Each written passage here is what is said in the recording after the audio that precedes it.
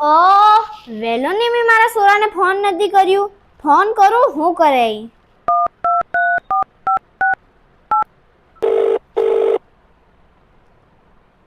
Hello બેટા, દિવાળી આવી રહી હે તો તું ક્યારે ઘરે આવે?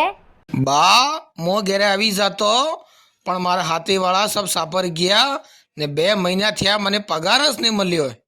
બેટા મેં તને એટલે કીધું તું ભણી લે. તારે હાથેવાળાની સબની સરકારી નોકરી લાગી ગઈ હે.